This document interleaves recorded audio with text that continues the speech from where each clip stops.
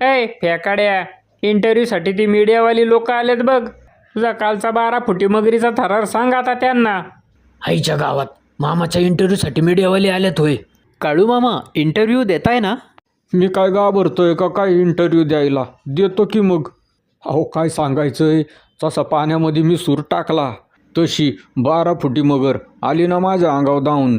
माझा पाय धरला तिने आणि खोल पाण्यात आतमध्ये मला तिने ओढत ओढत नेलं.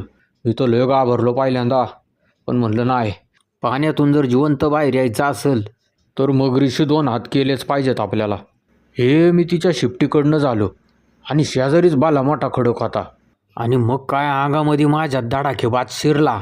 हे दिय दानादन दिय दानादन दिय दानादन.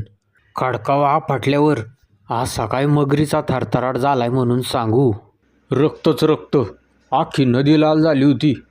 सगळा गाव नदी लोटला होता की नदीचं पाणी लाल का झालंय म्हणून बघायला.